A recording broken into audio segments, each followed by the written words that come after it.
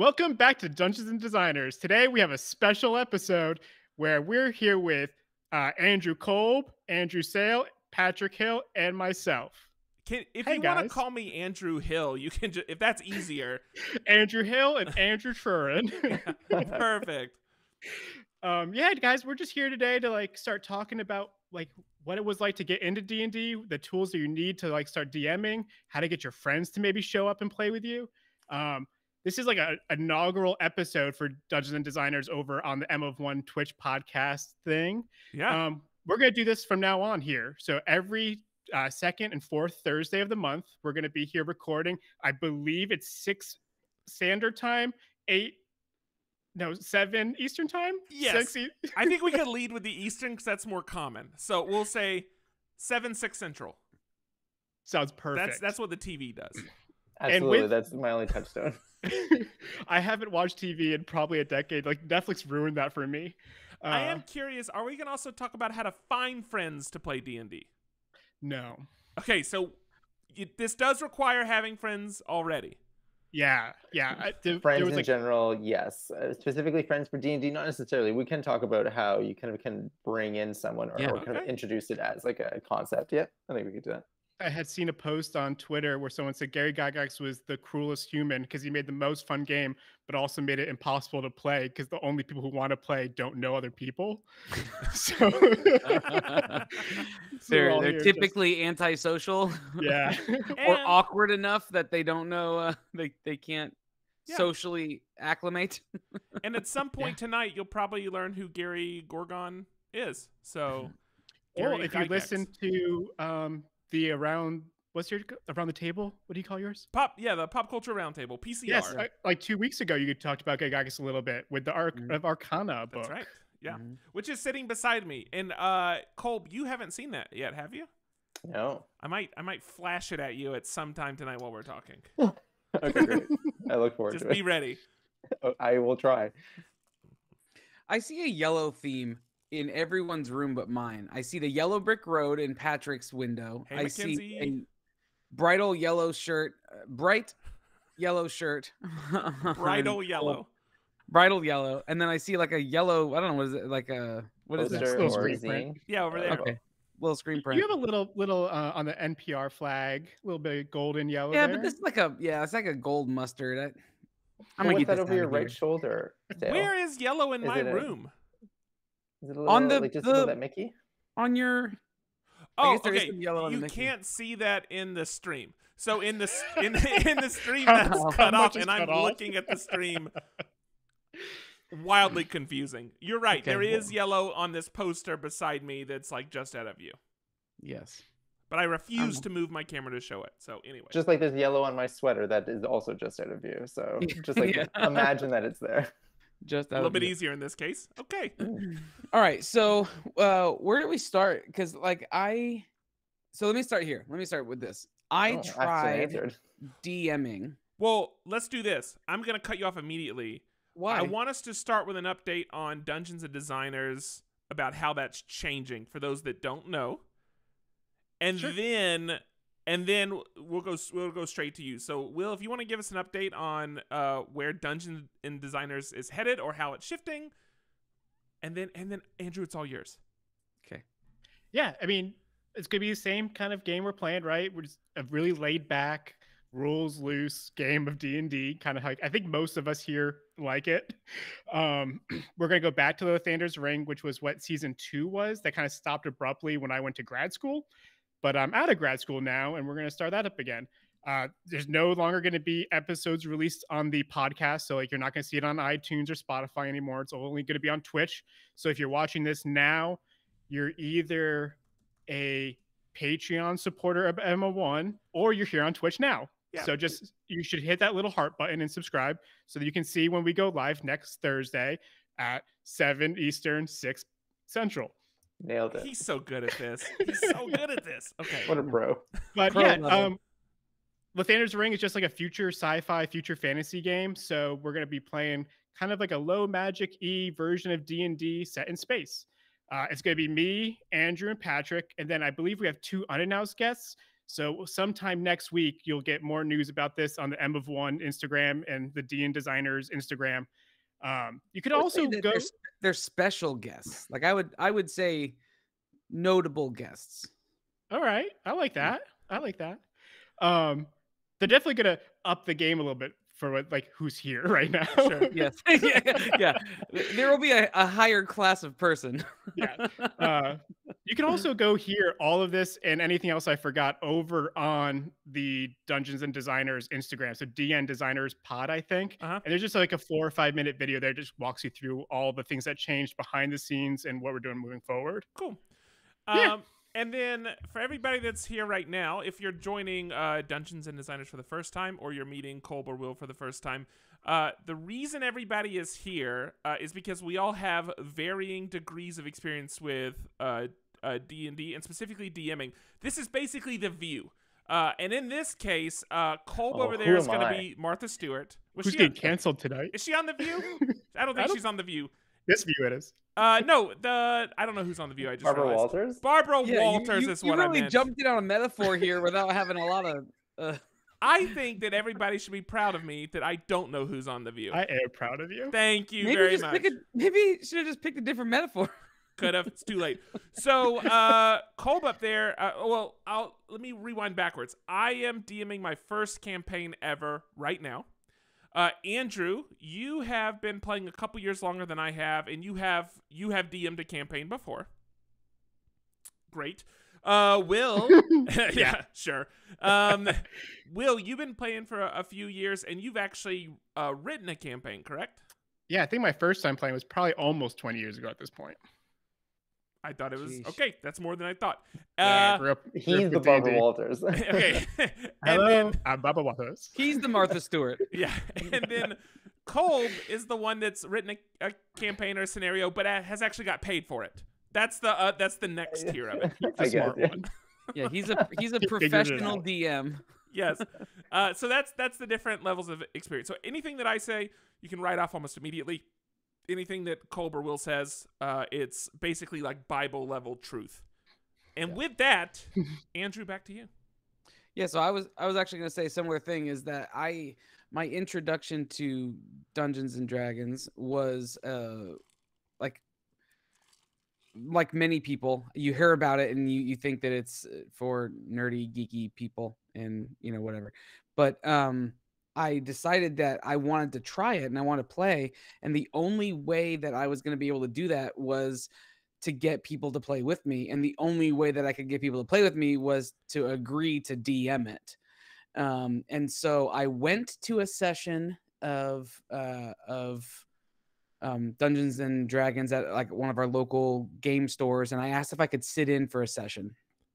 And what I found was the guy who had been doing it for 25 years, 30 years. Like, this guy he had voices. He was very animated. He would stand up. He would play act things.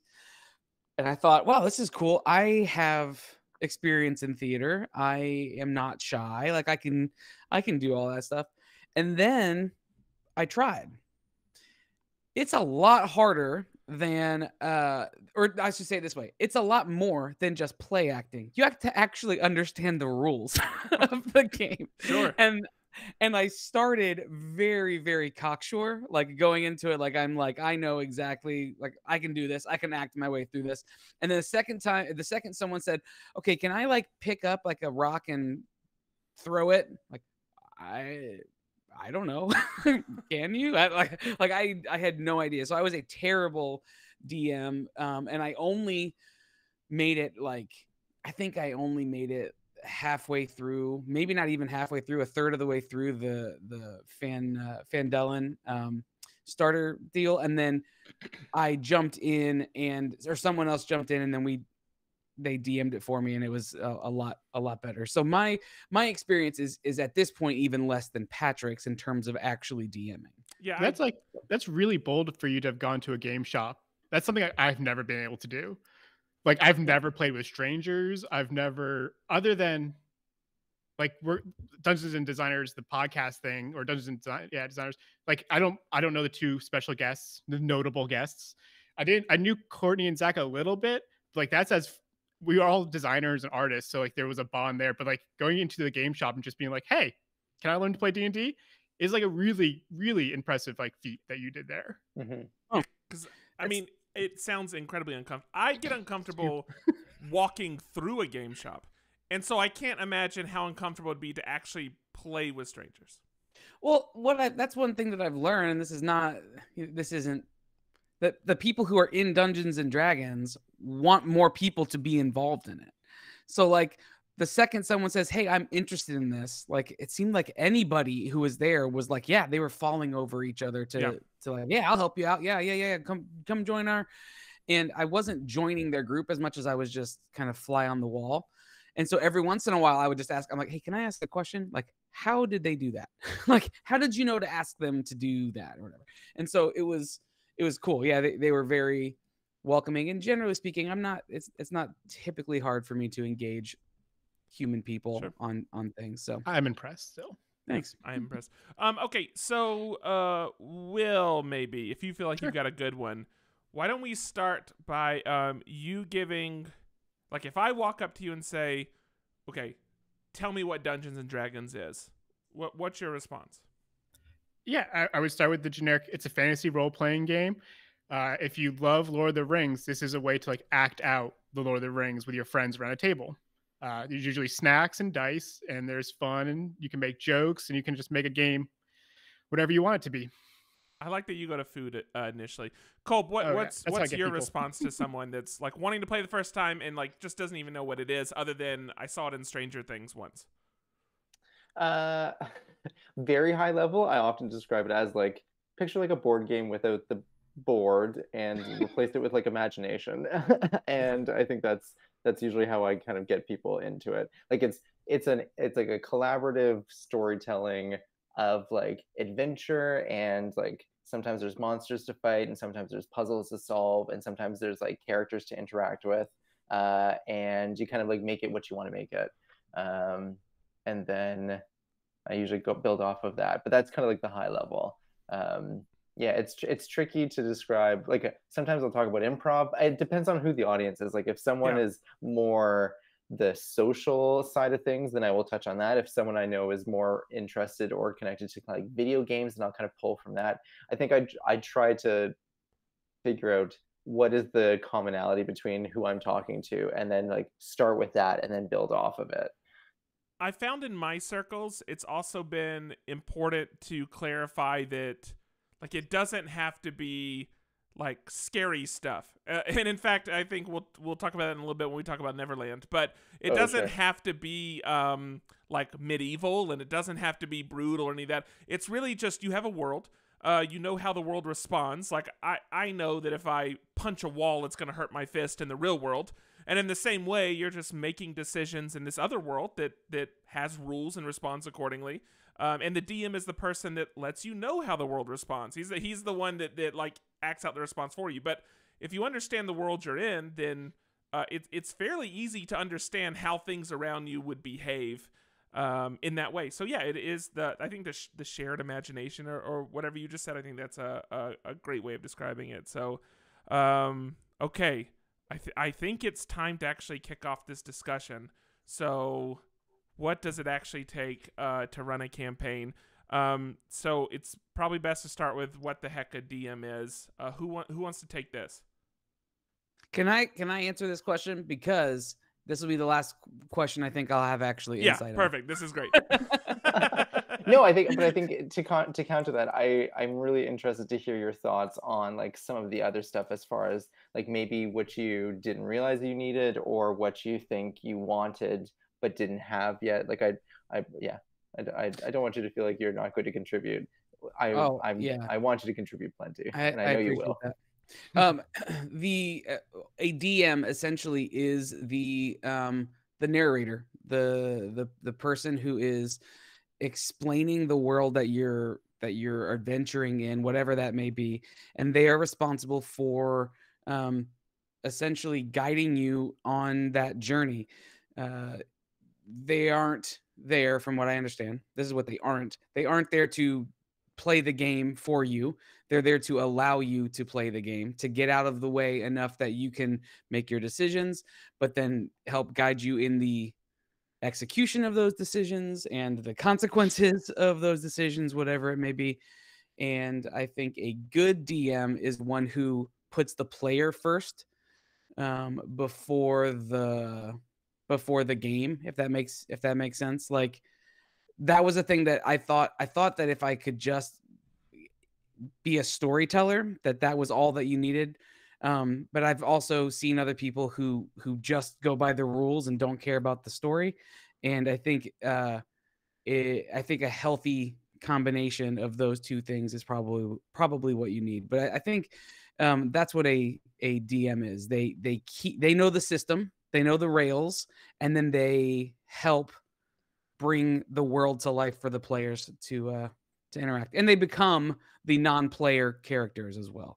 They take on the personas of all of the characters that aren't sitting at the table. How important is it, do you think, for the DM to follow the rules? Like, we'll talk about knowing the rules in just a second, but like, how important is it for them to follow them?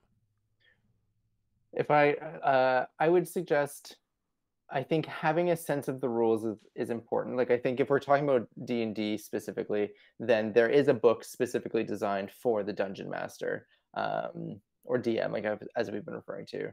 And I think reading through that is pretty important before you kind of like start running a game. But I would say, as much as that gives you the rules, I think it's probably more important to kind of have a vague sense of them, and then just to be consistent. Like, I think if you're going to allow something and then not allow it later, I think that's where it starts to break the immersion. Unless you talk about it, like unless you say, oh, I made a mistake earlier, it should go like this, it happened that one time and we'll change it. But I think really, as far as following the rules, it's kind of like, what are the rules for your world, or what are the rules that you want to make consistent? Which is where, if you ever heard the term house rules, essentially that's what that is there are the official rules that are in the book, but at our table, this is what happens when you swing a sword, or this is what happens when you talk to a troll, type thing. Like, if you're going to change the rules, that's, I mean, within your purview. It's just a question of being consistent. Yeah, I think that was the key, what you just said, though. It is up to the what the dungeon master says is the law. So like, even if you have an experienced player who's like, no, if you're trying to do this and this is how you have to do this to make this happen, and the dungeon master says, no, this is how we're doing it for the game, then that's just what it is. Like, the dungeon master is the god of the adventure. They are the lawmaker, and that's really good. It's really fun if you know what you're doing and you can navigate that. It can be intimidating if you don't know what you're doing. That's where you that's how I started to feel stuck. Because I'm like, what I say goes, but I don't actually know how to do it. So that became part of the problem. But yeah, I think that's what a dungeon master is. Will, do you ever how much do you adjust like battle difficulty in the moment? Like, as a DM, like, how do you determine like that tolerance that you're giving your players? It depends fully on the players. Like, if I'm playing with like me and my other DM friends, or people who've been playing D&D for a long time, I'll do 0, right? Like, they come knowing we're gonna kill players. Like, it's a normal thing. They're gonna re-roll. It's totally fine. For Dungeons and Designers first season, I was gonna do it the same way. I was like, you guys are all goblins. I'm just gonna be killing you guys. I sent them a Magic the Gathering card called Goblin Cannon, and it was like goblins feeding goblins into a cannon. I was like, we're just gonna like burn through you guys. And like, after the 3rd or 4th episode, I was like, oh, like, they'd be heartbroken if I was just like kill their character right now. Oh, yeah. So there was like moments where it was just like, oh, I misplanned this and I'm gonna kill them all. Where Zach it was just said like, he had 5 goblins rolled for the first season. Yeah, but like, I did kill his character, and it was a thing. Is his the only one that you killed? So technically he killed himself, but like, I think he's the only one who died. Lovely. But usually, especially in 5e, it's fairly easy to like plan your encounters and predict what's going to happen. They do a pretty good challenge rating thing. So like, I don't think I've ever had the instance where like I had to like really alter it. If anything, I've had to like up the health because someone was going to come in one shot it, and then it's just like not a fun fight for everybody. Yeah. right? Because one player just got all the glory because they were just like cutting through things. But other than that, like I don't alter it a whole lot. Okay, so let's I'm just reading Zach's comments. That's all I'm doing. I'm not even going to talk to y'all because I'm just going to keep reading what Zach's saying. So anyway, okay, so let's do this then. Because you just mentioned 5e, which is already like potentially a foreign term Oh, to someone sorry. listening. Yeah. So let's just jump into getting started DMing. So okay, I've walked up to you. Maybe I'm not bold enough to go to the game store, but I've walked up to you, or I've flipped on this stream right now. I just want to get started. I know Target has some like starter sets, but like, what do I do? Do I go buy one of those? Do I need to talk to someone? Is there like a forum I join somewhere? What's my first step that I take?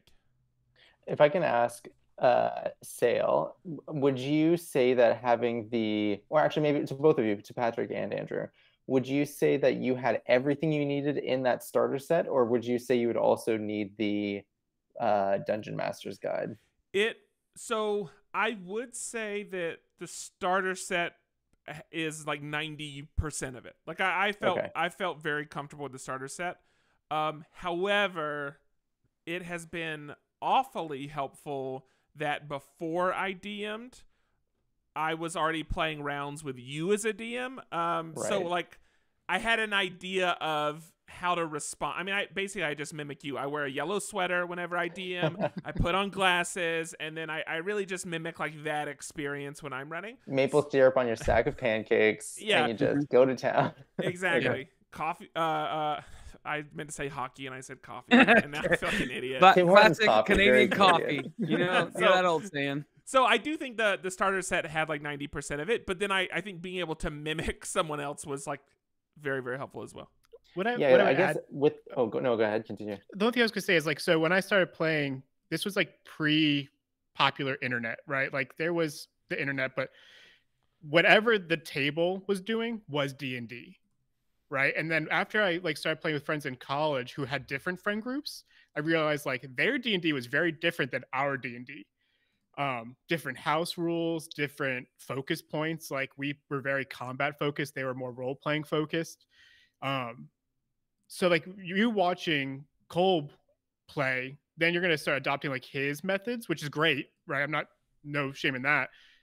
But I think there's also this, like, if you've never seen D&D before, it's up to you to just like, how do I make it fun for the people at my table? Like there's no need to compare it to another DM, if that makes sense. Cause it's just like, there's a rules that you kind of interpret however you want. And as long as everyone's got smiles on their faces and they're having a good time, then it's a win. Yeah. I mean, I think knowing the table helps too, right? Like knowing how to play to the room, and I know we'll get to this later, but knowing how to kind of usher things along when things get stuck is also part of it, right? Like you are as much as you're trying to make the experience for other people, you might get in a situation where you're having to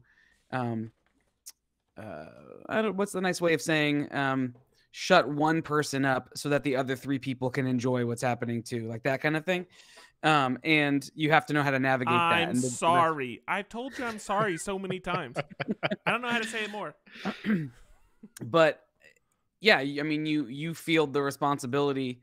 And anyway, the way that I felt, I would feel the responsibility of how people, like how much fun people were having. And if I'd look around and one person was stuck and I saw three other faces looking back at me, or they looked bored, or they were looking at their phone or whatever, then I'm like, well, crap, I'm failing like as a DM. But again, I don't know about if I had everything in the starter set, Cole, because I didn't read it before I started. I came in really, I went in guns blazing, like, oh, I got this. Gotcha. And I thought I could just read it in real time. No, that's not. You got to be more prepared. So let's actually talk about it, because I've asked the question before to Will and Kolb of how do I DM, because I was DMing for the first time there, who I went to, and ultimately the response was starter set's a good way to start. So it really does do a good job of introducing you to the kind of like general ethos of the 5th edition of Dungeons and Dragons, and how the kind of a structure, how an adventure can work, or at least how the like Wizards of the Coast adventures are generally set up. Like if you like the structure of that starter set, then there's so much more content for you to find after that. There's So Did this come also, with the starter set, I don't I know. don't think so. Patrick? that Did yours come looks- with this? No. Did you get the premium deluxe starter set? I may have bought this afterwards. I can't remember. I bought like the player handbook and like a whole campaign and stuff too. I just can't remember if it came with the starter set or not. Unless there's a hidden component compartment I haven't checked under. What I would also say to build off Cole, that the campaign in the starter set is called Phandelver Mine or something like that. It's like widely accepted to be top 5 ever published campaigns for 5e. Like everybody acknowledges that it's built in a way to introduce concepts through stages, and it actually has a story that's kind of fun to play through, which a lot of the official books don't have. It can be hit and miss, yeah. So just it is a good book, not even just for like beginners. Like if you just want a quick campaign to play with your friends, like it's a good campaign. So in the starter set, because I have it sitting in front of me, and we'll talk about how you actually get started with the starter set, because again, Andrew took a very different method than I took, which was Andrew just literally jumped in on night 1. It comes with player sheets, so it comes with pre-rolled player sheets. I believe it's like 5 or 6 characters, and we'll talk about player sheets in a second, because that's where I feel like the most confusion is when people sit down for the first time, is what the heck this is. It comes with the starter rulebook, so this isn't comprehensive by any means, and I will say, like, I find myself having to Google like clarifications kind of consistently at this point in our campaign. But it still lays a really, really solid foundation, and I think it gives you enough that if you're a critical thinker, then you can start kind of realizing where gaps are. But it gives you starter rulebook, and then comes with a set of dice. And then it also gives you what you're talking about, the Lost Mine of Phandelver. And yeah, it has been really, really great. For those that don't know, here's what you get in a book like this. So ultimately, the world, like, you can do whatever you want to do, right? Like I use the example of, if I want to walk in a room and just punch a wall, I can walk in a room and punch a wall. If I want to walk in the room and pee on the floor, I can do that. I don't know that it accomplishes much. Maybe if your party member has a jellyfish sting, it could be very useful, but other than that, like, maybe don't. But the idea is that this is ultimately outlining the world. However, instead of starting with like a lot of deep lore, it starts you're already on a trail, you're walking with a wagon. You know, it starts very, very small, and then as this campaign continues, it keeps on just opening up more and more of the world. It's a very good pace, but it's still enough that you can it's like not too many threads. It's enough that you feel like you have a lot of choice, but not so many that you feel overwhelmed. By the time you're done with this, you'll have a pretty rich world that you could then continue working in if you wanted to. But this gives suggestions of like possible encounters. So it'll tell you, like, if a party member may decide to do this, and if they do, this is how you could react. But this is not comprehensive, but it does probably cover the 80% of what you'll experience. So if you have a very, let's say, creative party that's trying to think outside of the box constantly, it could be more frustrating, I think, as an early DM. But if you have a party that's a bit more straightforward in their approach, this is going to cover the bits that need to be covered that are very important. And it's very clear of, like, these are the bits that you need to reveal. These are the bits you don't need to reveal. This is, this is the hidden knowledge that's important now, but later on you might need to tell someone. It does really good at that stuff. So all of that said, if I open this for the first time, how do I actually prepare to run a session? That's going to Kolb right now. That's who that's going to. Oh, okay. And I've never run Lost Mines. I've played in it. But I guess what I would say for a good way to prepare for an adventure is, and correct me if this doesn't make sense, since actually, Will, have you run the Lost Mines of Phandelver? Is that The first few chapters only. okay? I'm really bad at finishing campaigns. That's okay. That's how we started this episode. Yeah. Okay, so I would say, starting off is, I think, dedicate some time to read through the adventure, because even if you don't remember all of it, you can kind of get a sense of where everything's kind of pointing. And you're not going to need all of that information all at once, but I think either make photocopies or even just like scribble notes. Like I equate it to almost like studying or kind of like to schoolwork, but like hopefully fun stuff. Like in the same way that when I'm studying for a test or like trying to just remember stuff, I we'll read through a paragraph and then just like make a small note of like the key information, or I'll highlight it so that way when I'm like at the table and if I need to reference something quickly, I can find it instead of just kind of like looking through a paragraph of text. So I'm getting too deep in the weeds. So read through the adventure to get a sense of it. Make sure your players have characters, whether they're making their own or if you have those pre-generated character sheets, make sure those are ready. Make sure you have dice and snacks. If you don't have like a mat for drawing maps on, then just having some blank pieces of paper and some writing utensils for yourself to keep track of monsters and information like what players do, but also use that blank paper for drawing maps. That way, the people who are more kind of like visually inclined, if they're like, wait, where are the goblins that we're fighting? And you can go, oh, 2 are here and you're over here. And then people can go, oh, well, then I want to move here. Like it just, for those who need to have a visual, that will help. So supply, like some sort of drawing supplies, read through the adventure, and make some notes about kind of like what you hope to have like either accomplished or what you think they might get into. Inevitably and hopefully you will have over prepared, that you'll think, oh, they'll get as far as this tonight, and then you'll realize that is 400 to 500 times the amount of content that they actually got through. And then that's great. That means that they were really engaged and really kind of like going down a specific path that kept them busy for a couple hours. That was my experience. We sat down to do the first chapter of Fendelver, and or I say the first chapter. We sat down into our first session.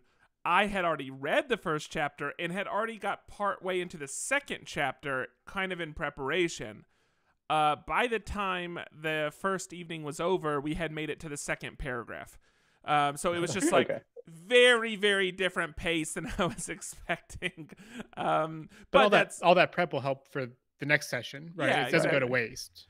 But I mean, I guess the party could move very quickly or whatever. The thing is, some parties will be more inclined to go slow. Some parties will be more inclined to like blaze through, and then you'll be able to adjust depending. Andrew, what was your experience? You said that you sat down and you ran this with no preparation. Was that doable? Only in the sense that the people I was playing with had never played before, so they didn't know what they don't know. So there were like I was having them roll for everything because I thought that was like the thing to do, right? Like I want to go look at the tree. Okay, well, roll to make sure you don't trip. Like legitimately, like that was like, and all they were doing was just walking, like, you know. And they would ask like, hey, can I do such and such? And I'd be like, can I throw a grappling hook? Do I have a grappling hook? I don't know. Do you? Like, I don't know how to tell you if you have one. I don't know if you're trying to fashion one. What do you do to fashion? Like, I had no idea, but they didn't either. I can only imagine it was as much not fun for them as it was not fun for me. So that's all that I can say. It's if I were bolder with it, I probably could have just fuddled my way all the way through the campaign. But it was painful because I didn't feel like I was having fun with it. And so if I wasn't having fun with it, I was afraid they weren't having fun either. So I eventually abandoned ship because I'm like, I need someone who can put time into actually knowing how to play this game. And clearly I didn't care enough to learn. So let's actually, I think we can answer both those things though, because I think the only reason that wasn't a struggle for me is probably because I had run with Cole before and because you were also in the campaign. So, but I think it's a good time to break down character sheets. So we mentioned, you have the actual, if you're running the starter campaign, you have the Lost Mines of Phandelver, you can read the book. The book's not terribly long. I mean, it's something that you could read through in maybe a couple sittings. And then really hone in on the pieces that you need, like when you're prepping before the night of. But your characters, you can't do everything for your characters. Your characters need to know themselves. And I don't mean this in some like higher spiritual way. They could, and that's a good journey that we're all on. But they also need to know their character sheets, understand their backstories and stuff like that. So the standard character sheet, later on we'll talk about maybe some resources to generate these. But the starter set comes with pre-made characters. The characters are level 1. and it's got a bunch of numbers that are going to be very confusing at first, but they're going to be explained when you read the rule book. But what it also has is it has all of the items that your character has. So you mentioned not knowing, like, oh, does your character even have that? That's something you can very easily look up. Like, if it says that it's got a traveler's backpack, then you can look up 5e traveler's backpack, and you'll find a resource that tells you what all is in that. But the other thing that these have is they have backstories for all the characters. And this is important because as a person playing D&D, you're not there to respond how you yourself would respond. So, like, when I play D&D, I don't respond the way Patrick would respond. My name is Patrick, in case you missed that. When I play D&D, I respond the way my character would respond. That's a very, very important distinction. The goal is not to just be yourself more. The goal is that you're another person. So that said, how have you found, like, is that something that you find yourself having, like Will and Kolb, having to really communicate to players that are playing for the first time? Or how do you get people comfortable doing that? I guess I could start. I'm not a big fan of backstories that much. When I first started playing, we'd all have, like, a letter, lined paper, like, all filled out with our backstories, and that's just like a lot of pressure on the DM to try to include. Then, like, the DMs just be like, all right, well, you got all of you have these expansive backstories about how your parents were killed, because that's everyone's backstory, and it's just like, Land superhero. right. So what I usually encourage them to do is just like, what's the backstory that got you here? Like, we don't need to go to your childhood, but give me a year out, maybe, or like a month out. Just like, what ended up, like, for Vandelver, why are you on this campaign to go? I think you're guarding a cart. Yeah. Like, what got you here? What were you poor, looking for money? Because then your character will have goals and needs. And if they can figure out, like, the backstory of, like, why am I doing this, then, like you were saying, all those role playing questions can be answered of, like, all right, well, if I'm doing it for money, then how would I act in this situation? If I'm doing it for my family's pride, what would I do in this situation? But other than that, like, I don't need to know grandparents' names. I don't need to know the tragic histories. I just need to know, like, why are you here right now?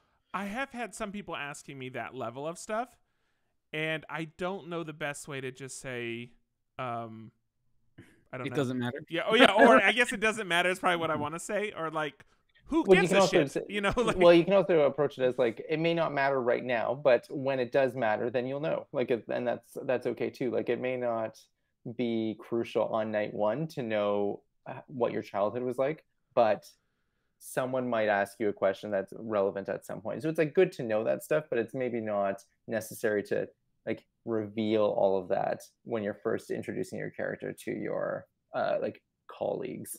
So what level of information should you as the DM keep track of versus, like, the character should keep track of?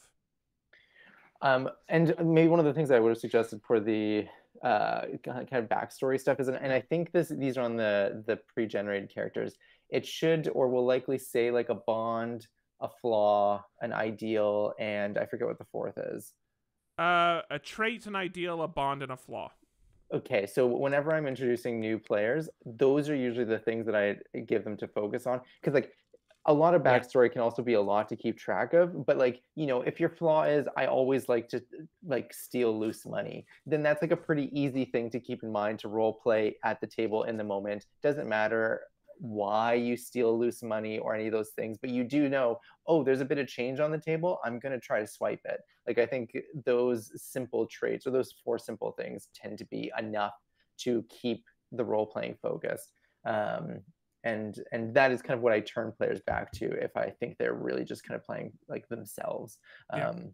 But with that said, also, if they're brand new players and they're just playing themselves at the table but pretending to wear armor and have elf ears, I'm okay with that too. Because the fact that they're there and trying things out, it's okay if they're not going, what would my dwarf fighter do, as opposed to, like, me, I don't know, a library kid. Like, those may not be in line, but at the end of the day, as long as you're there and having fun, that's fine.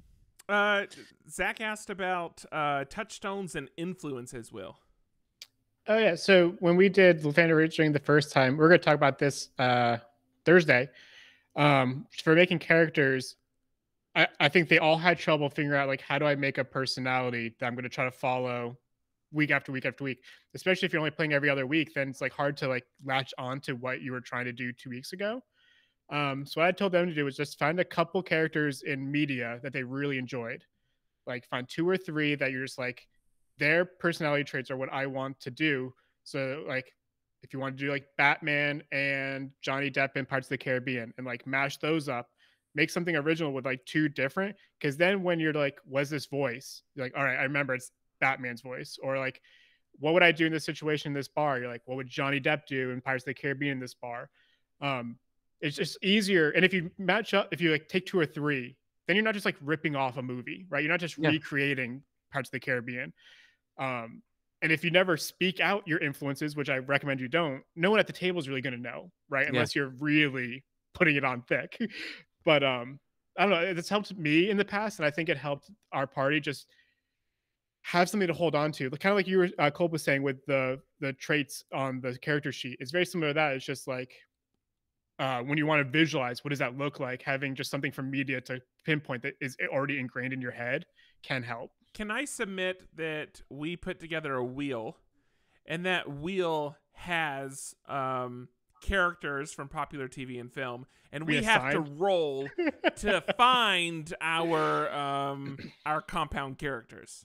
That would be pretty fun. Like Wesley Snipes and Martha Stewart. I'm for sure I'll be Martha. I think I'll take the hit on this one. I'll take Martha Stewart. No, I genuinely would love to do that. That's something we should really consider for session 0. Okay, we won't go into the actual like all the stuff on the character sheet. Your character sheet has your items, characters' backstory, and it also has all of your attributes. But again, like what's the part that so like let's say we're doing encounters. Does the DM need to keep track of like how every person performed in every encounter, how much gold every person has at a given time, or when these resources were used at a given time, or do you lean on your characters to kind of like own their own information? How do you draw that line? I lean 100% on the characters knowing that information. I just track damage and I guess turn order. But like my brother is notorious for like not writing down. He'd be like, "Hey, what did I get from that enemy?" I'll be like, "Nothing, I guess." Like, I don't know. And I also justify that as your character left it behind in the bar. I'm not like I'm not your babysitter, and not to be combative. It can become a character trait. Like your character just leaves things around. I love that. Okay, so let's move into actual like tools for running this. So read this stuff. The resources are great. Read the resources if you want to get started. I think the starter set's an awesome place to get started. I think once you have a little bit of experience, you know, I know for me personally, we're about halfway through. I would say maybe a little bit more than halfway through Phandelver right now. If you want to be like Will and not finish the campaign and move to something else, that's fine. If you get far enough in that you want to jump into something like Neverland, that's something you can do. Like it should remain fun. So if at any point it becomes a slog, then feel free to like shift it up and do something else. But on that, okay, well, we're going to talk about Neverland. But real quick, so for running the campaign, let's talk about the other tools that you can use to help make it easier. I mean, you're going to have to do your homework as a DM. We know that, but probably. Oh, I do have a question. Oh yeah, great. Is the starter set, or does that adventure in the starter set include all of the stat blocks for monsters that you need? Like if it says, oh, they're going to fight goblins or they're going to fight a troll, does it include all the information for those specific monsters? It sounds like yes. Okay, it does, cool. And Patrick would have to tell me for sure. They might be stripped down a little bit too, like to simplify the goblin to be like it only can shoot a bow or it can only attack with a sword. Nope, looks like the full thing. Never mind. Yeah, it looks like the whole thing. Okay. Yeah. So I guess one of the other resources for Dungeons and Dragons, like we've talked about the starter set. There's also the book that is the Dungeon Master's Guide, which is more expansive and definitely like, hey, now that you've run Phandelver, or here's more of those finicky bits that come up only through play. Or how do you make your own adventure? That's an important tome to have if you really kind of like want to get into it, because it also helps you with like magic items and how to make stuff and how to give gold, like all those kind of bits that really only come from playing after a while. But the other kind of main one is the monster manual, because D&D is a lot about combat, so having enemies to fight is important, or a big part of a lot of games. So in the starter set, it looks like the enemy like information or stat blocks are all included. But if you want to build your own world, or if you decide fighting more goblins is boring, I want them to fight, and then you flip through the book and go, oh, this is cool. There's like bug people. We're gonna just put in some bug people, and they can ask questions later. Like then that can start to happen. So that's another resource to kind of like what you're talking about, Patrick. Like the monster manual will also help too, to find out what other things are ready for you to use in this world. And with the starter set too, like let's say that a monster has multiple attacks. For given encounters, it will many times tell you, it'll outline like these are the attacks that this character or this monster is going to prioritize during this encounter. So it'll help you know like what you need to lean on in those moments. So yeah, it is that stuff is handled pretty dang well. Most of my questions that I've run into like missing from the starter set is some of the nuances of kind of order of operation with characters, especially like the farther we get in, we have characters that are, instead of wanting to use an action in battle, just to fight with an action and then do movement. Increasingly, we have characters that want to like try something out. And those moments are it's just like throwing a curveball, and those are the moments where that aren't really covered. This really covers like a more straightforward style of play. Those are the moments to this day that I hand wave the most. Your encounter turn, I believe, is still in 5e, is about 6 seconds is what they like estimate. So if someone's like, hey, I want to do this thing, I'm like, how many seconds would that take? And if it's just like, I want to yell over there, then I'm like, fine, that's not even an action, just like yell it and do whatever you want. But if someone's like, hey, I want to get a potion out of my bag and like give it to someone, like, all right, that's going to be your action. Like if you were to like sit down in combat, open your bag, get a potion out, and then like run it over to your buddy, like that's going to be your turn. And in the book, it might be different, right? I don't know. But like all I try to do is just to keep the movement going. It's just be like, how long is that going to take? If it's like close to 6 seconds, you're like, all right, I don't know what to tell you, man. Like swing your sword to get the potion. And that's where we were talking about like being consistent. Like I think once you kind of set that up, then when someone's like, oh, I want to pass this goblet of wine that I know is poisoned in the combat, and then force them to drink it, or like whatever, then you're like, okay, well now we've set precedent that transporting liquids is a full action, and then you just roll with it. So what are your go-to resources for like actually running your session? I've got a few I can share. So I'm really big fan of not giving Wizards of the Coast more money. So the star set's great. I think it's like $14 at Target. I think it's worth it just for That's Fendelver. so cheap to get into D&D. Wow. Okay. Yeah. So that's like $14, and then Fendelver is worth it. But you can also just go to like Wizard of the Coast or just Google D&D basic rules, and D&D has given the basic rules that are within that star set for free. So you can just go online right now. Like if you're listening to this and you don't want to go to Target, you just want to like see what D&D is. Basic rules is a really great start. I think Cole mentioning the monster manual is right on. But if you also just Google D&D 5e monsters, I believe Roll20's monster list comes up, and you can just get all those for free as well. Yes, that is true. But other than that, the and one 5e real quick, we still haven't even said what it is. 5e is the current edition of the 5th edition. Yeah. Yeah. Zach is like, take that, Gary Gygax. I'm like, yeah, in the grave. But other than that, so there's one creator, goes by Mike Shea or Sly Flourish online. He has a book called The Lazy DM's Guide, I believe. Let me look it up. I have it up and I can just share a link. This book was super helpful for me because it was just like, it took all the pressure away of like, how much prep do I have to do? He like steps it up. He's like, here's some steps to think about like when you're prepping a game. Drop that link in Slack and I'll share it in chat. See, I knew I should have modded you. I knew I should have modded you before this started. It's because you're typically sharing shady information, and the internet knows. Well, the worst part is it tells me it's shared. Like it didn't warn me that it didn't share. Well, I'm not going to tell the spammer that their spam is being blocked. Yeah, exactly. Oh, I need to find a workaround. Okay. Yeah, spammer, you're doing great. Keep posting that spam. And they're like, cool. I think that we've been talking a lot about just like how do you prep? How much work does it take? And I think the DM's guide is really good at telling you all the rules. Mike is really good at dumbing it down for every person. Just be like, hey man, if you only have a couple hours before your session, like here's a little thing you can do during the week that'll just set you up for like success. Yeah, that's awesome. And then I know I personally, the only thing I've been doing other than the starter set is running Roll20, because Roll20 has a starter set add-on that has all the maps, the tokens, like everything pre-created and pre-populated. It's still like an incredibly maddening interface. Like I maybe some people find Roll20 really intuitive. It is one of the most frustrating things I have ever used, and I have to imagine that as soon as Kolb starts talking, he's going to tell me how to make it not frustrating. We should take a second. We should take a second to point out that this episode is brought to you by Roll20. Thanks to the fine folks at Roll20 for sponsoring this episode. Okay, continue. What I would say too. So anyway, that piece of shit.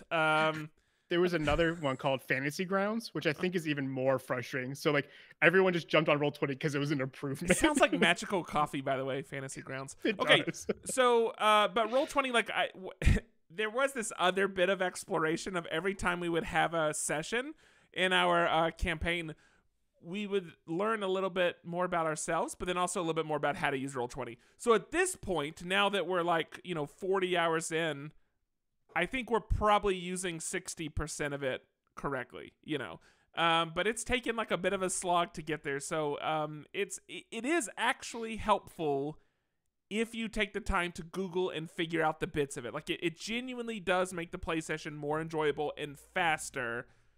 But man, there's a bit of learning curve. So I would suggest if you're going to use Roll20, ping one of us, not Andrew Sale, maybe not Will. I don't know if Will uses it.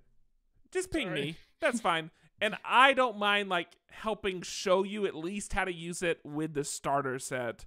But I was gonna say, I think you, even with Cole, we use it for our bi-weekly campaign, but we don't use it to the extent that Patrick's campaign does. Like we all of our sheets are updated in there. We track everything through there. Whoa, cool. We like do our our characters level through Roll20. Yeah, we move our tokens in like independently. Like we give our own individual tokens. We get to move them independently on the map. So like if you're gonna ask anybody on this call, it's gonna be Patrick. And agreed. I will complain the whole time I'm showing it to you, but it genuinely does make it easier. That's roll20.net, I believe. And there are a lot of like really inexpensive resources on Roll20. Again, it's a bit of a pain, but it also seems to be the place people go. That's the only thing I'm using. Kolb, what do you primarily use to run your sessions? Sure, yeah, and if you want, I can share my screen because I pulled up for sure. our base map. Let's make sure I can do this. I love that. I hope that's their official saying, by the way. Roll20, it's us or D&D Beyond. Deal with it. Okay, is that sharing? Is that working? Yeah. Okay. So what I use it for is fairly basic. So our adventure is set on the island of Neverland, and I've pulled in a JPEG of the artwork, which I use as a map.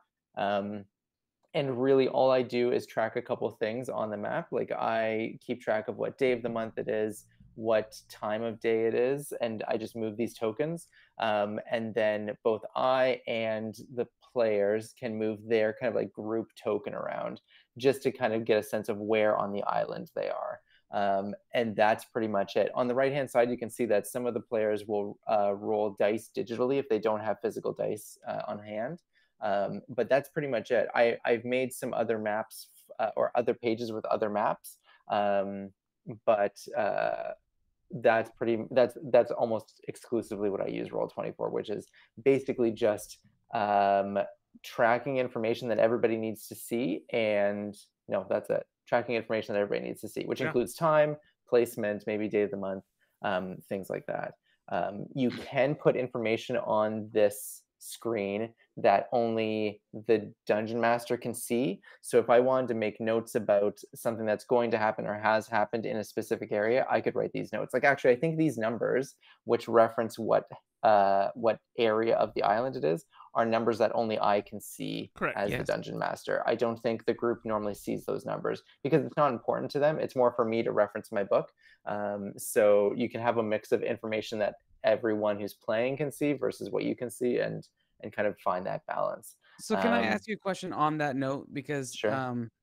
in your book, the Neverland, a fantasy role playing setting by Andrew Kolb, yeah, you have lots of things that I wouldn't think. Nobody can see that right now because your screen is still being shared. Oh, dang. But you've got lots of things in the book, not the least of which is like, you know, the characters, the monsters, the settings, and all those things. But you also have this whole all of chapter 6 is dedicated to like short stories about Neverland, like about Wendy's house and about Smee's secret and things like what is that intended to do? Is that for the reader, or is that intended to expand the game or become more immersive? Like, what's the DM to do with that information? So I think I included that to one, kind of bolster the world as kind of a bridge from, you know, the stories you've read to kind of like what the world is in this version of Neverland. Right. But also to be used if you wanted as things to give your players. Like if your players come across a note in a bottle or something in a bottle, and then they ask, well, what's inside? I open it up and I pull out the paper. If you photocopy one of the pages from the stories and then give that to them, then that's kind of like a fun physical handout that they can like tangibly hold, like something, and build off of that. And maybe on the back there's a map for like a pirate treasure, or something like that. So it's not crucial, but hopefully it can inspire kind of like creative ways to use, because I think and we won't go too far into Neverland, but where my Neverland book differs from like what we've talked about with like Lost Mines of Phandelver is there isn't a specific story. It's really just kind of like a chessboard with pieces that you can like move around and play a game in that way, as opposed to a plot to follow like a novel. Yeah, that's kind of what I was where my question was gonna lead, is that when so I've got the Neverland book. I've also got I know that you will say that you don't want to give any money to Wizards of the Coast, but for me, I'm a brand loyal guy, so I'm gonna buy D&D. See my bookshelf under here, like that's all Wizards books. So yeah, exactly. Any more money? Gotcha. I see what you're saying. Okay, so you're not boycotting Wizards. You're just saying I have no more money to give them. I see. I've got lots of red spines. But like Storm King's Thunder is a cohesive story that is like, you know, it's a full campaign, but it seems like it's less on the rails as it's less on the rails than the Phandelver book, and maybe you can correct me if I'm wrong, Will, but it feels like a bit more like Kolb's book, where it gives you lots of ingredients to do, and like you fun, get like, to choose what you're gonna cook, right? Like you get to choose. You get a whole. We've gone all in on Martha Stewart at this point. Yeah. It's a good thing. So I just think that it can be, going back to the question of, is the starter set good? I think starting with the starter set, I don't know how you would do this if you were a DM just trying to do this for your first time, because you walk in and you see a whole cooler full of ingredients and you have no idea what you're supposed to make with them.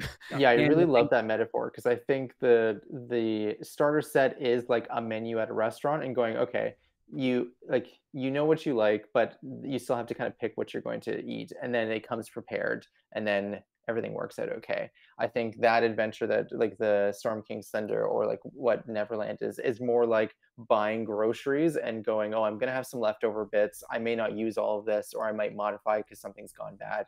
Like it's a lot more flexible. It can still result in a good adventure or a good meal in this metaphor, but requires a bit more work and requires a bit more comfort with the ingredients, if that makes sense. But, and correct me if I'm wrong, right? I've only read through Neverland, I've never played it. Storm King Thunder is still very much a campaign book. I feel like yours is more of a settings book. Would you agree? Where like I feel like if we're doing this food, Phandelver is at a restaurant, Storm King Thunder is like at your house with the ingredients you have, and you're at the grocery store. Like you're still restricted, but there's like way more you can You can come up with whatever you want and bring it home.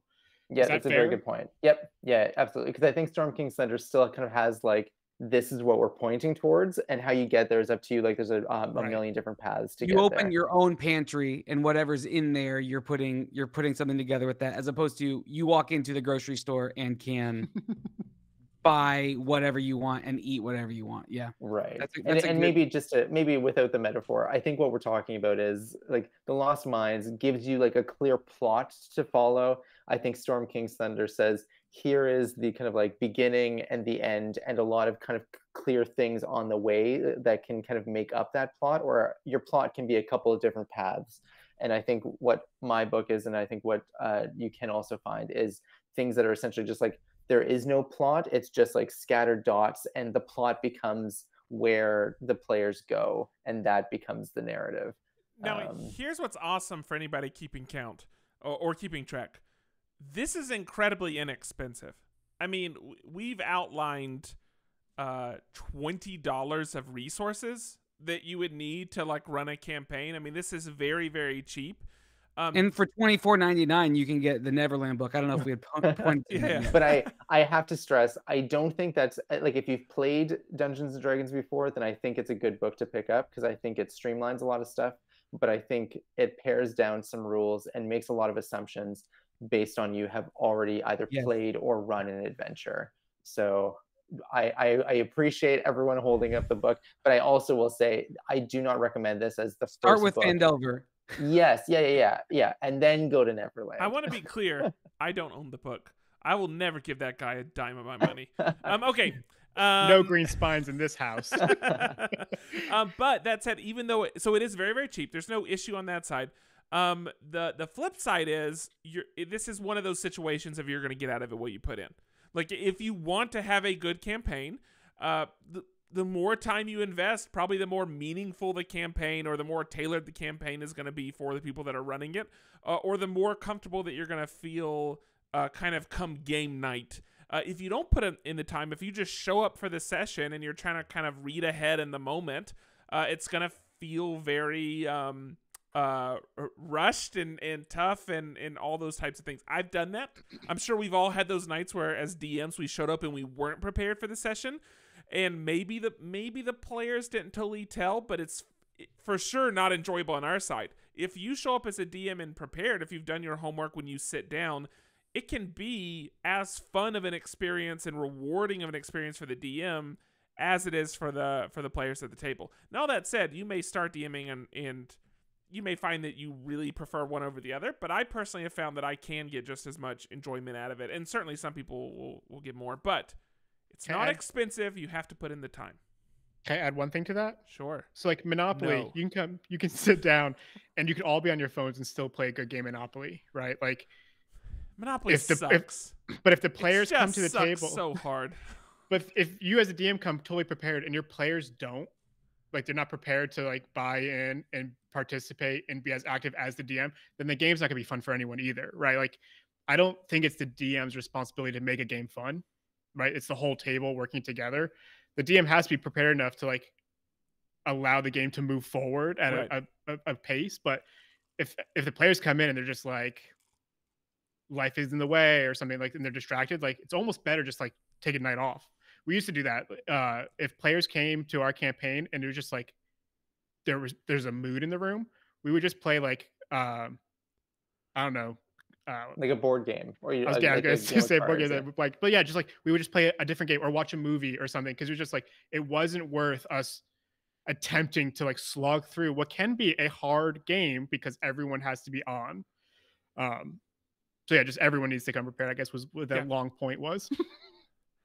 That's a good point. It leads me to this question as a very, very novice DM, but I've now played a lot of Dungeons and Dragons. As a DM, do you what are, maybe I'll ask this as a three for each of you. When you find that someone in your party or your party in general is just stuck at a certain point, what are some tactics you do to move the story along while still keeping it free flowing and free reign? Like how do you move how do you progress a story when there are characters or the entire party is stuck? Suddenly, I mean, I'm not as subtle as what Patrick just said. That happened with one of our campaigns for Dungeons and Designers, and we had an episode called "State of the Game," where it was just like, "Hey guys, like D&D is a combat game, right? Like if you're not killing things, we're not moving forward. Like your class depends on you achieving things, and all your class decisions had to do with combat. Like that's what this is." Um, and it was just like a wake up call. Like, hey, this is the game I know how to run. You're trying to do this thing, but you're also not progressing your character because we're not moving anywhere. And it was just like, yeah, if your party is trying to avoid conflict and maybe they're more philosophical in nature and they want to learn about the environment or whatever, and they're not playing into that, which then I would say if you want that, if you want something that can do like a rom-com or something philosophical, there are better systems than D&D, which we're not even gonna get into. Like there's other RPGs you could play that aren't so much combat. But yeah, I think like it's hard. Like if you try to like twist people's arms or manipulate them at the table, I think it falls apart. I'm just like a straight shooter. I'm like, hey, let's have a conversation here. Like, what do we all want out of this game right now? interesting. And like, let's just all get on the same page, and then we'll just move forward. Like, it has to be just a quick conversation. Just like, so you go meta. I guess, yeah. Yeah, and I think You break the fourth wall of being the narrator and just say, yeah. I think if my table is stuck, then similar to Patrick, I will introduce something or have them roll, because I'm assuming that what they're stuck on is like they're either discussing plans or like can't decide what to do next, and they're usually having this conversation like in the middle of the wilderness or like in the middle of a town or like just like in the middle of somewhere where like you're not usually just gonna like stop and like converse for a half an hour. So usually I will have them then have to like either navigate a challenge or a threat that is like, you know, they're talking, so now all of these like wild predators are circling them and like trying to make an easy meal of them, and then that kind of like kickstarts, oh okay, yeah, maybe we shouldn't hang out here, and then they start to like make a decision of, okay, well at least let's get out of this dangerous spot. I had a moment recently, actually, with a campaign that the campaign that I run that Andrew is in, and it was maybe the night was running fine, but I have a couple of things that I keep in my back pocket. Like we had a character that someone, I guess like a monster that someone had released. They had let go at some point earlier in the campaign, and so I knew that this is something they've encountered. They let the character go, and the way they let it go was fine. But that became something in my back pocket that I could reintroduce very easily because they didn't take care of it. And we hit a moment where I think we had a bit of a slowdown where people kept wanting to try to listen into doors and listen for this and roll for this. And maybe it was a bit of frustration on my part, but it just felt like we suddenly started like kind of like slogging into this a little bit. And Minutia. So, yeah, into this minutia. And so when that happened, well, guess what? This character appears at the top of the steps and he wants revenge, you know? So there's things like that, that's a moment we had recently that, you know, that's in my back pocket. And there's other things like that I don't know. Our group has a very interesting dynamic where I think people get different things out of it, which is fine. But the issue is some people can be so cerebral that they end up stealing time from other people, because the people that are more cerebral with their gameplay can take a lot of time expounding on that. And at the end of the day, we want everybody to kind of be contributing pretty equally to the experience that's happening. People can be stars in moments, which is okay, but like over the collective time we spend, we should all have a pretty similar contribution. And so, yeah, there are moments where you just have to like put the kibosh on it in order to pull the other characters in. What he didn't tell you is that when that happened, that's how he ended the session. He was so frustrated, he introduced a conflict and then said, "We're done for the night." It meant I knew that the next session was going to be better. Yeah, cliffhangers are always fun. And to Will's point of if the group doesn't want to be in combat, I think I've definitely run adventures for players who are combat averse, but once they're in it, then they're like bloodthirsty murderers. So what I try to do or recognize is I have to introduce enemies that are going to be more confrontational, and while they're trying to negotiate, then they're pulling their swords and circling them and getting into position and then instigating that. Now, if the group responded to that by being like, oh, I didn't really like that, then to Will's point, that's I think where you have that conversation. But sometimes the players, and when we're talking about like kind of coming to the table, not kind of like being in the right mood, sometimes the players will come to the table and want to play, but want to like take more of a passive role. And that's also where like there's a lot of social dynamics to D&D. And I think if you know everyone still wants to engage but aren't maybe willing to take that risk, then as the one who's kind of like steering the ship, or as the one who's kind of like driving things or making sure there's a flow to it, then there's no harm in saying, oh, maybe this creature, which is normally passive, has like a thorn, like a literal thorn in its hide, and is irate and is going to attack in a way that it doesn't normally, and just comes crashing out of the bushes, and everyone freaks out. But then then things like kind of gets the blood pumping, and that's okay too. Like sometimes you just need to throw trolls at them and just see what happens. And what kind of we're all talking about here as well is that you as the DM are not bound to like a set of like steps you check off of a list. If you want to enhance the campaign or add to it or throw a curveball or introduce something, ultimately you have complete freedom in the world. If you're starting for the first time, maybe for the first couple sessions, stick to what's on the page. Pretty simple to do. It's outlined pretty clearly. But as you know your group better, as you know the story and the setting better, as you understand the rules better, you can suggest or create or insert different things in order to balance out your session and in order to help everybody have a better time. You are not forced. Nobody is forced to just kind of follow that cookbook. So and onto that, we're going to talk about kind of some alternatives as well. But I think this is where I want to mention the Green Knight. For anybody that saw the Green Knight, A24 actually released a scenario. Should I get mine? Oh, do you have it? I do. Have you played it, by the way, Will? No. Okay. Well, I have so many games I've never played. Fair enough, but you can grab it. But A24 released a small, I guess, campaign or scenario to go along with the Green Knight, and it very much. It feels very. Maybe like a one-shot D&D session. That said, it is a pretty restrictive. I mean, it'll tell you like for this encounter, these are 5 possible ways that the group can pass this encounter. And if the group doesn't do one of those 5 things, then they don't pass the encounter. So the approach and the way you do your initiative and turn order and that stuff, it's very, very D&D.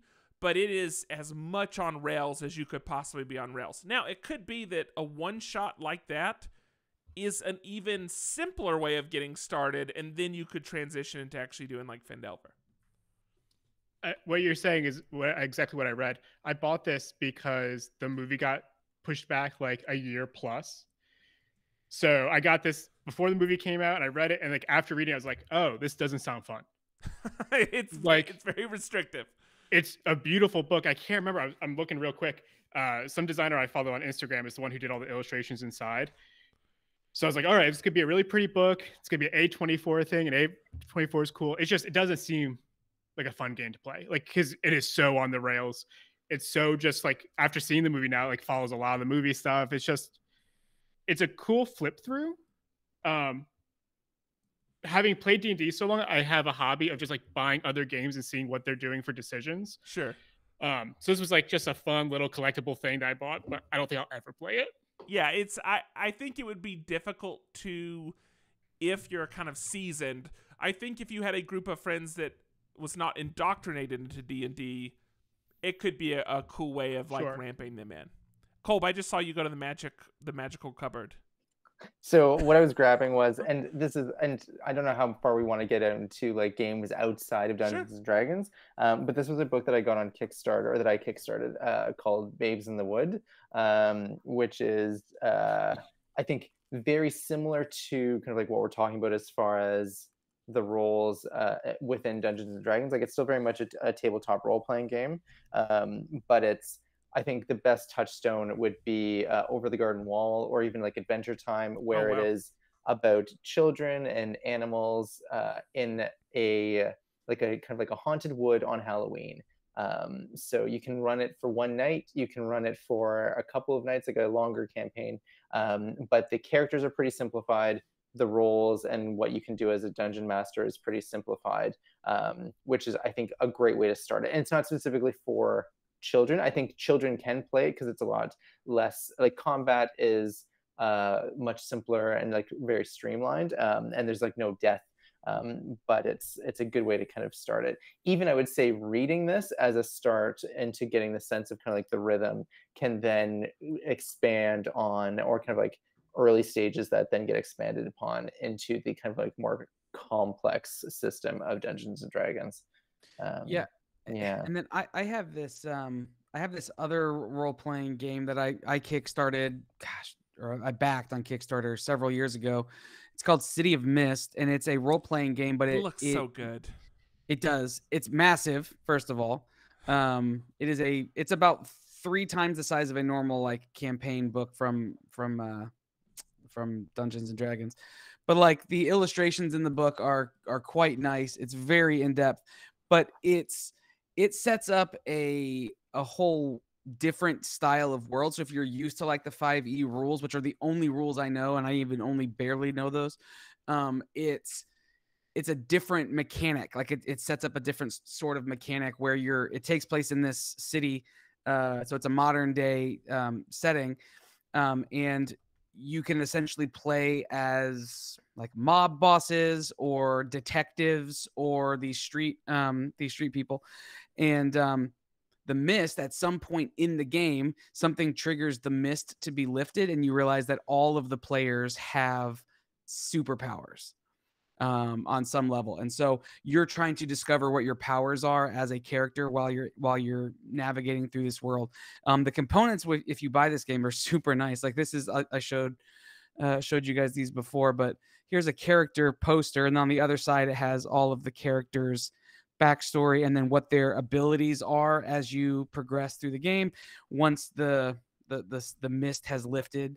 And I would be very, very interested to run this game. This is like the quick start, like the quick rules of the game. It's just this tiny little book, but it's a very different style of thing. When I open up the book, it feels a lot more like Kolb's, where it shows you the city and it breaks down like, okay, if you're in the I don't know, the dance district, whatever that may be, you know what I mean? And it breaks I don't down remember like Kolb's having a dance district to be well, clear. You just Oswell. haven't gotten there yet. Yeah, you haven't explored all of Oz I'm yet, looking but... for it next session for sure. Okay. But when you find a session or a section of the city, it just breaks down various things that would happen in that part of town, and then various characters you might run into while you're there. And so the DMing this would be a very, very different style of gameplay, but one that I would be down to totally run a game, because I think it would be a lot of fun. But that's another role playing world that you can get into that's different than Dungeons and Dragons. Yeah, I think so. It just brings up some other options or some other kind of areas to work your way in with one shots. So when we're talking about Lost Mines of Phandelver, this is supposed to take 40 to 60 hours to complete. That's what it's supposed to get your characters to level 5, and it's supposed to take 40 to 60 hours. Now, that depends on your group. I'll go and tell you now, our group is going to take longer than that. And so it just really depends on how your group is minded, wants to proceed. But if that feels like too much of a commitment, and if you're someone that wants to, you're a completionist, you want to get through all of it, then, like we talked about the Green Knight, and I know I've seen others as well based on other properties. Those are great one-shots. Those are things, and other people make one-shots, things that are meant to be accomplished in a single session. So you and a few friends could decide, okay, we're going to take 3 hours one evening. We're going to do all this, see how it goes, and then we're going to evaluate if we want to do something long-term. And if we do, then we can get in a group. That's another way to start. And then, of course, like Andrew's talking about, there's then other alternatives that maybe the worlds that you see presented, these don't make you excited, but maybe something like Cities of Mist does. But on that note, I do think that's a great thing. It's something I always point out. So we've talked about Neverland several times tonight because Kolb is the author of Neverland. But I think that, I know for me, was a big help in understanding the thing that I said at the beginning, which is that it doesn't have to be medieval and orcs and like brutal and things like that. I mean, we're doing a campaign now that's just set in Neverland, and it's a very like whimsical. Yeah, whimsical. I was gonna say magical, which Great. wasn't right because there's a lot of magic in D&D. It's just a very like whimsical setting. Like it's Right. so it's not like heavy in that regard. And so there are other options as far as that goes. Do any of y'all have any like alternative settings that you really love? So I've got where to go. So there's this Arcana of the Ancients. I don't know if people can see it. This is a 5e compatible version of it. So it was called Numera when it was a standalone. Okay. Yeah. But it's a purely sci-fi. The campaign we're going to be running with Anders Ring pulls some of the monsters and ideas from this book, but it's like purely sci-fi. It's like, how do we make magic into tech? But still uses the D&D rules, which I think is kind of neat. Like if you've spent all your time figuring out the D&D rules and you don't want to learn a whole new setting, like what Andrew was showing, like the combat was different, you can go and find like different add-ons to D&D that aren't the Forgotten Realms where D&D is mostly set up. Sweet. And this isn't exactly kind of like alternative settings, but I think the one thing I was going to suggest with the Lost Mines being such a time commitment is that Wizards of the Coast does like Adventure League adventures, which is essentially kind of like, as I understand it, adventures that are meant for like when you go to a game shop and you've got a couple hours and like we finished this chapter in a night. And you can find those Adventure League adventures online for free. And they're like broken down based on level, and they're broken down based off of like part 1, part 2, part 3, part 4. So if you like really start with part 1 of level 1, you can have, and it's very much set up like what we've been talking about with the Lost Mines, where it has a basic structure and a basic like, here's what to do if the group is 5 players, here's what to do if the group is 3 players, and things like that.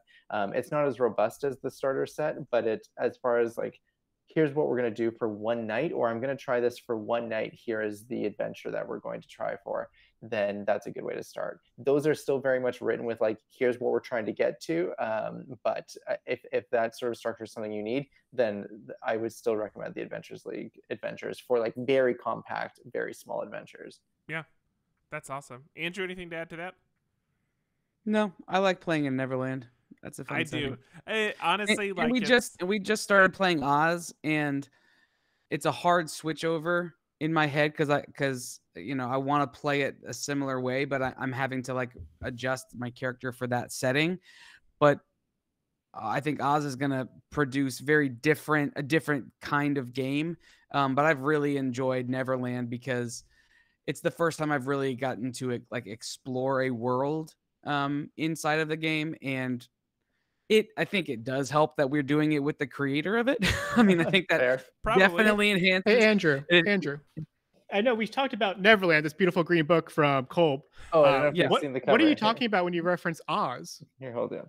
Oh, yeah. I'm sorry. Yeah. So Neverland is the book that I wrote, which is the setting for 5th edition based on Jan Berry's work.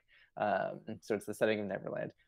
Now coming out in the fall is going to be kind of like not a companion to it because it's going to be standalone, but in the same spirit, it's going to be the setting of Oz set up as a setting for Dungeons and Dragons. So it's kind of like a mega city. So where Oz is like where Neverland is like an island and very wild and untamed and kind of like natural to explore, Oz is like a big mega city with the yellow brick roads and such. So to Andrew's point, and also I think just in general, if you want to run an adventure where you're running through the forests and fighting wild animals, you can find that. If you want an adventure where you're running through the streets or on rooftops and exploring sewers, you can also find that too.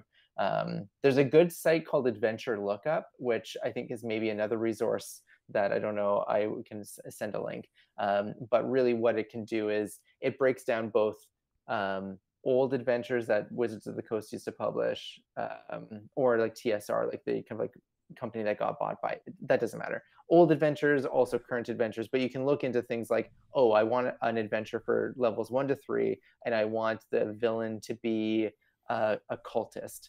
And then it'll find if adventures in their database match that, then it'll find it, give you a quick breakdown, and then you can do something like that. So if you want an urban adventure, if you want an Underdark adventure, which is kind of like the cave systems type thing of the D&D world, like if you want something specific, you can find that.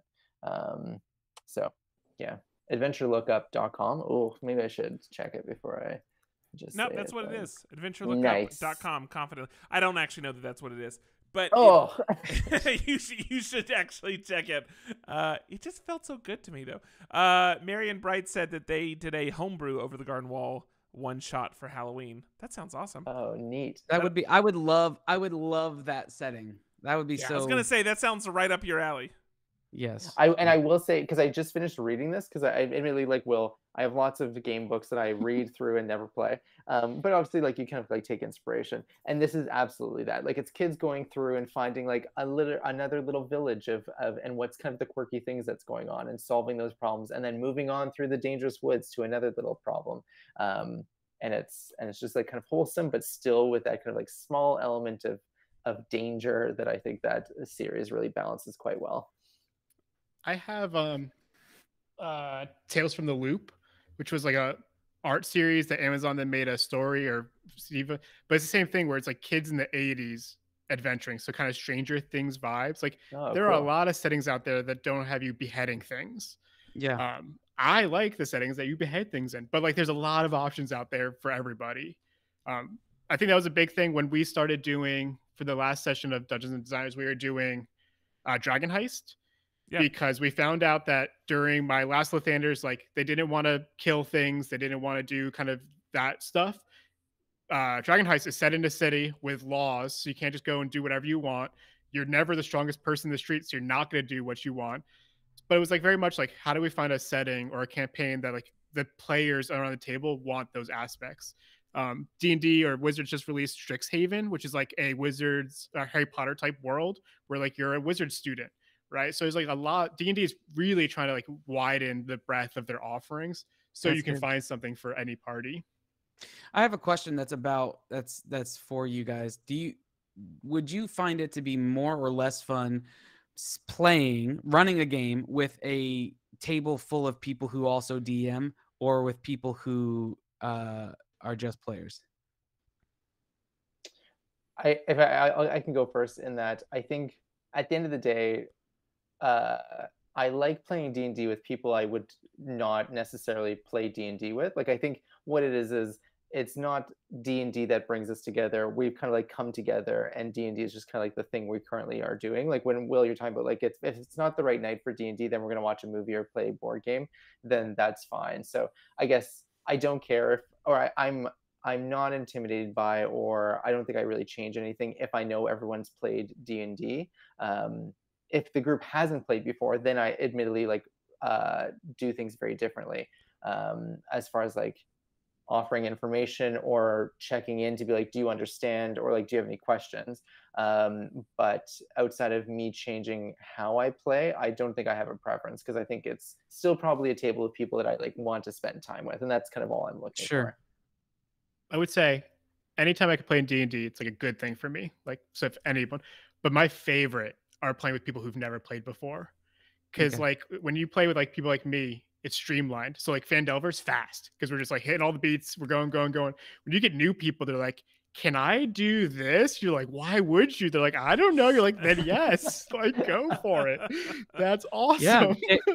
Yeah, take a nap in the river. Cool. Yeah, that's good. Yeah, can I sleep here? Like it's 2:00 in the afternoon.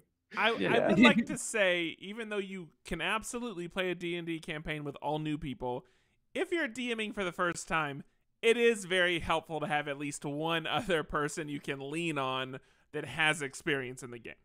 Or be willing just to like hand wave things. Just be like, we're just gonna have fun. Like we'll figure this out next week. It will evolve as we play together.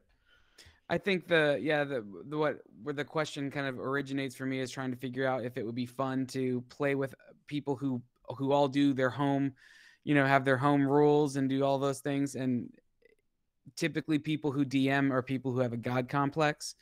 And so just getting that Don't Yeah, I mix. wrote an do entire that. world. Literally in Roll20, and Kolb's avatar is God. It's Yeah. God. It's the one from Mighty Python. the Holy Grail. Yeah, yeah. Yeah. The chatting the bubble. Yeah. I just That's I good. can I don't know if you guys have any horror stories of playing with people where you lay something down and say, here's what happens. They're like, oh no, that's not what should happen. Here's what should happen. And I could imagine that happening mostly with other people who DM and understand like the rules on that level. Oh, I've done that. Like I remember running my first adventure, and it wasn't the first night, but it was for my first table. And my player, I had given a pair of like magical glasses that essentially worked like the like the Pokédex from Pokemon, where you'd like hold it up to the creature and then it'd like go snap and then like explain it. So they'd like click their glasses like a viewfinder, and then it would give them a bit of information. So I had this Sounds set up. fun. Pardon? That sounds fun. I want that.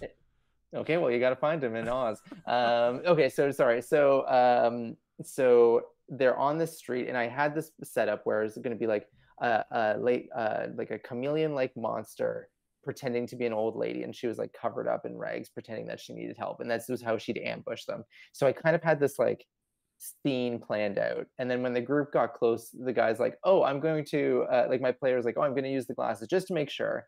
And I was like, "Oh, I really want this ambush to happen," so I didn't give him that information. It says, oh, it's coming up as an old lady. So then when it did happen afterwards, he's like, how come my glasses didn't work? And then I was like, oh, because like the magic of this creature was too powerful for the glasses.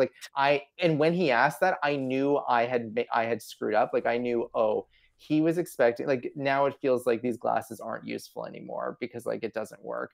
And in hindsight, going right, that my mistake was I really wanted this specific scene as opposed to setting up a scenario and seeing what happens. Like I wanted her to ambush the group, and that to play out. Where really what I should have just done was this is what this creature normally does. How are they going to respond? And if they don't respond thinking ahead, then they will ambush them. But if they do, then they get the one up. So I think another thing to kind of consider, and we've kind of been talking about like playing to your players, but I also really try to set up scenarios and go, oh, I'm going to set up these goblins because they're planning on ambushing the group. And maybe they'll win, and then they gag and bound them and take them back to their leader, or maybe they'll all die and run away. Like who knows? Well, they won't die and then run away. Some will die, the others will run away. But I think for someone who's starting out as a DM, also understand that like you're going to make mistakes, or down the road you're going to look back and go, oh, I would do that differently, and that's okay. Like at the end of the day, if you're playing with people that you trust, then they'll look back and go, yeah, I know that that's screwed up, and I'm glad that we got past it. So yeah, it sounds like in wanting to have a really cool moment for your group, you potentially stole another cool moment from your group in discovering absolutely them. Yeah, because that would have been great if they were like, because what would have happened? He would have been like, oh, I now know this is a creature, so what are we going to do? And I can't know that. But this is maybe also my early anxiety as a dungeon master was like, oh, I have to have things planned. So I've planned this, so let's use it.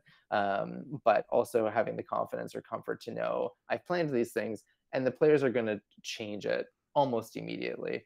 And that's okay too. Like they're going to decide to go left when you try to lead them to the right.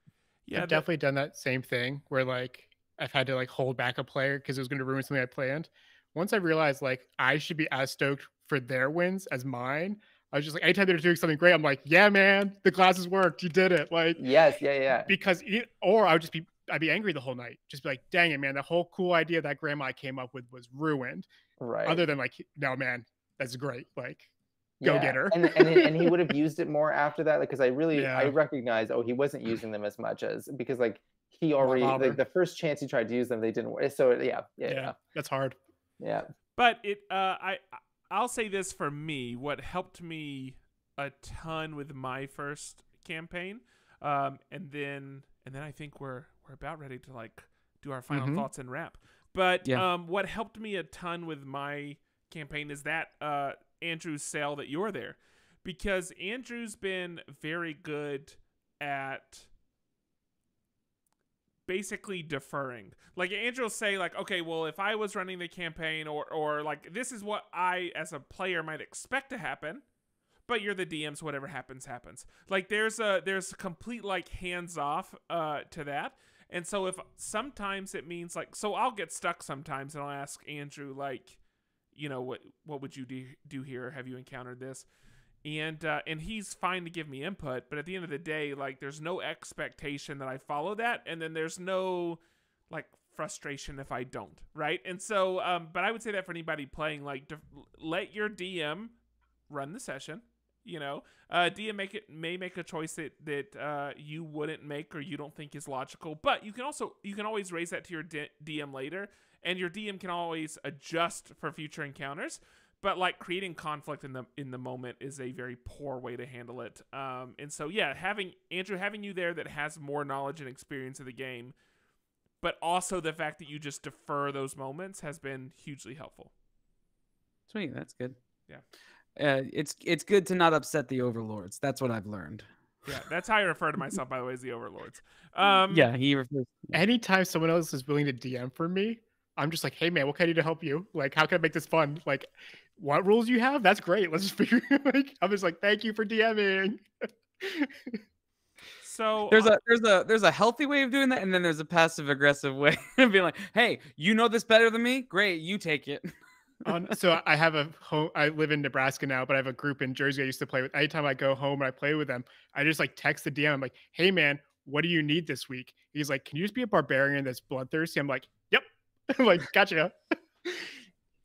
So on that note, let's maybe this is a good place for a closing thought. So anything in this conversation that was missed, or anything that you want to, any encouragement, anything that you want to say to a first-time DM?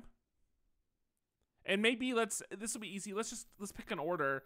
Andrew Trurin / Will. What would you like to say? Yeah, so this might seem a little bit advanced, but there's a concept called Session Zero, where you get the whole party together without actually playing D&D. Our first recording for Dungeons and Designers next Thursday, 7 p.m. Eastern, 6 p.m. Central. So good at this. I'm getting better. So good at this. We're gonna be doing a Session Zero, and a lot of like the things we've talked about today can be discussed at that meeting, where it's just like, hey, the rules might be a little different, just go with it, or like this is the setting. Is everyone comfortable with these things? Do you want something out of a campaign that I'm not mentioning right now, so like I can plan that in? We're gonna talk about all that kind of stuff. It just makes I never used to do it, especially through like high school and college. I was just like, who needs it? And the older I got, where like our time was more precious, I was like, we're all getting together to have fun. Like, how do we ensure fun? And Session Zero was just a really cool thing. If you Google it, there's like tons of information about it. So just Google D&D Session Zero. And it's going to be helpful for us because, yes, there's going to be a few of us who are playing Dungeons and Designers who have done it before, but one of our guests has never played before. And she was nervous. And I said, listen, we're doing this Session Zero. Here's where we all get on the same page. Doesn't matter if you've played before or not. So I think that's a neutralizer. It kind of balances the sheets a little bit. It also allows me to be like, hey, these are topics that could come up over the next 10 weeks or whatever. Like, are you uncomfortable with any of these things? Yeah. Right. Because D&D can be, especially if you're basing it off of like murder. Like if I had done that with the crew we were playing with the last session, like I never asked them like, hey, are you comfortable with these topics? I was like, hey man, there's gonna be like humans you have to like probably kill. Are you cool with that? And they've been like, no. It would have like dissolved all the issues that I had to deal with later, where my understanding of what we were doing was different than theirs. Yeah. Yeah. That's cool. Kolb, anything that you would like to add to this conversation? Yeah, I think it's another resource, which is because we're talking about YouTube and like searching for things. I've been a big fan of his name is Matt Colville, and if you just type in "running the game," I think that should be enough, or maybe "running the game Matt Colville," or maybe even just "running the game Matt." But if you find that whole playlist, start from episode 1, and he really has been doing a great job of, and he's someone who's been running the game for years, but has been really good at kind of paring down concepts to like digestible videos that you can even just scroll through. And if you have a specific like just like look through and see, oh, this looks interesting, or start at the first episode to kind of get a sense and then start to pick and choose what you like. But he really does cover things from politics to like monster encounters or dungeon design, like all of those kind of like things in digestible segments. So that way you can kind of like learn at your own pace. So yeah, running the game. Matt He has Colville. he's got one video where he describes like a 3-room dungeon. Mm. Even that could be super fun for you to play with your friends for the first time. You're like 4 people at a door of a temple, and you go in, and it's got traps, it's got monsters, it's got loot, like it's got all the little things, and just like teaches you all the little concepts of like, what does a dungeon really need? He's so Right. smart. Yeah, and I think from years of experience and now just distilling it down into kind of like this modern He's also a game format. designer, so like he Mhm. really knows this, like you knows this Yeah. stuff. Oh, I would not at all consider myself in the same league. I do have one of his books, but it doesn't. We're wrapping up. I don't need to get into that now. But anyway, I would recommend that YouTube channel. That would be Yeah. my kind of like closing point, is especially as like a starter point. Like if you get the starter set, or if you get some basic resources, and I think start to watch that YouTube channel, that and reading the material should be a good recipe for success. Yeah. I'll take the next one, which is very small, but I have basically zero experience. I would say let the magic happen in the player's hands and not your hands. One thing that's very common is that if someone is killed, or a creature is killed, that players want to investigate, which is awesome. They want to see it. They want to rifle through, try to find something on the body. And it would be very easy. So it's very easy to find like loot tables, basically, where you can roll and the roll equates to the loot table. It would be very easy for me as the DM to make those rolls and then tell people this is what you found. But even something as simple as like letting the character make the roll and then I tell them, like any chance you get to let the character continue to be the hero in the story, even if it's so small as like doing that roll that you could probably more quickly do yourself. I think those are just great moments. So I would say that part of the goal of the DM is to make sure the magic is always happening, again, in the character's hands and not just your own. Andrew Sale. I have very little advice in way of this other than to say, if you are thinking about DMing, maybe play a campaign first. Like be a player first before you try to DM. I think that would that's going to set you up for a higher degree of success later. Potentially. There are also so many streams online that you can watch and listen to kind of get a sense of even just the rhythm of an adventure. Patrick, I feel like I cut you off. I'm sorry. No, I was going to say there's so many streams online that you can watch to get an idea of like the rhythm of the adventure. Just sorry, don't compare yourselves. Like that's don't a compare very yourselves good point. to that. Yeah. Great. So I think that's it. Okay. Will, do the pitch one more time. What's the next step? What's happening next week? So I get first next step is, if you haven't already, go follow and subscribe or whatever on Twitch, right? We need to get to 40 by Monday because they're going to do a giveaway and we want to unlock that. We really want to get to 50 to get affiliate links and to unlock all those things. But most immediately this Thursday, so just like 4 or 5 days from now, we're going to do the first session 0 for the new Dungeons and Designers stream. It's 7 p.m. Eastern, 6 p.m. Central. It's going to be me, Andrew Sale, Patrick Hill, and then 2 more notable guests. Should be fun. What? is it? Both Barack and Bo Obama. Don't miss it. Make sure you have those notifications on. That's right. Yeah. Okay. I think that's it. So with that, I guess we'll get out of this episode. Andrew, Kolb, not Andrew, Kolb, where can people find Neverland, buy that session or campaign? A campaign, not session. It's, you called a scenario. Right. Yeah, like a setting book. Here's what it looks like. Anyway, it's Neverland, a fantasy role-playing setting. Like you can find that at bookstores, or if you have a game shop and they don't have it in, then ask them to find it. They can usually get it pretty easily, and then you're kind of like supporting your local shop. I think bookstores can also get it too. So like wherever books and games are sold. Will, where can people find your color bars? Just kidding. I love that this happens, but this happened last time we did a one shot with Will. We got to the last 3 minutes and he just like color barred. So That's Oh, because no. we used all of his minutes. Yeah, He had- My battery. I he has have a Verizon plug-in. Fios and it's done. I have Yeah. a plug-in battery for my camera, but it's coming tomorrow because it didn't make it in time. It's fine. wow. Okay. All right. I love it. I love it. And It's, Will, where can people follow Dungeons and Designers?